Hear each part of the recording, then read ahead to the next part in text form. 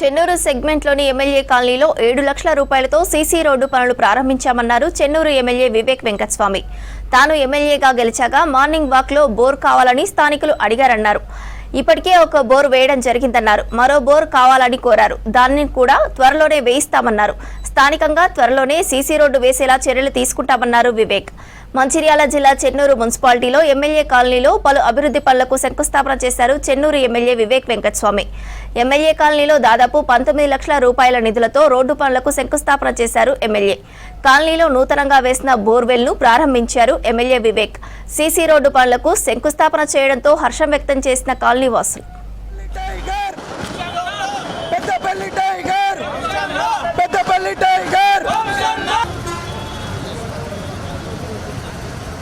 ఏమైనా కానీ ఈ ప్రాంతంలో మా సేవలు ఎప్పుడు కూడా కొనసాగుతాయి. 40 సంవత్సరాలలో చెన్నూరు నియోజకవర్గంలో కూడా కేవలం 2 సార్లు కాంగ్రెస్ పార్టీ గెలిచింది. ఒకసారి వినోద్ గారు 2004లో, తర్వాత మొన్న 2023లో నేను గెలవడం జరిగింది.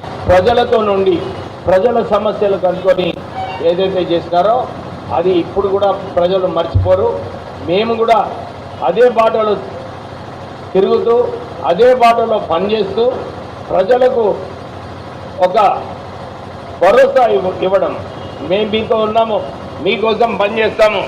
ఎక్కడ కూడా ఎవరు కూడా ఒక ఏలు చూపించకుండా మేము ప్రజాసేవ చేస్తున్నాము. వంశీకృష్ణ ప్రజలతో కలిసిమెలిసి ఉండాలని వారికి ఉన్నది. ఈ సందర్భమున వారికి అభినందనలు చెప్తూ ఇలాగే ప్రజలతో ఉండాలి, ప్రజల నాడి తెలుసుకోవాలి, ప్రజల సమస్యలు కనుక్కోవాలి, ప్రజల గురించి సేవ చేయాలని చెప్పి ఈ సందర్భమున వంశీకృష్ణ గారికి ఒక సూచన ఇస్తూ